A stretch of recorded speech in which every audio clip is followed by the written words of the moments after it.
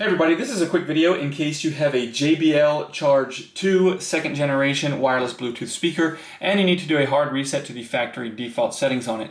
You're going to want to do this reset for one of two reasons. The first one is troubleshooting in case this speaker is not connecting to your phone or other device, or if it's not syncing or pairing with Bluetooth, or if it keeps disconnecting. Any issues like this can very often be fixed with a factory reset.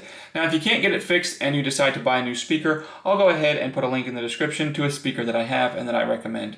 But anyways, the second reason you might want to do this is if for whatever reason you just want to delete the pairing history, wipe everything off of it, and get it back to the way it was when it came out of the box so you can set it up new. It's really easy to do. All we need to do is, first of all, we're going to come in and turn our speaker on. And once our speaker is on, we're just going to find the volume up button and the play button and hold the two of these buttons simultaneously for at least 3 seconds. After those 3 seconds or so, the speaker will turn off automatically and then reboot back into its factory default settings. You can go ahead and set it up like a new speaker.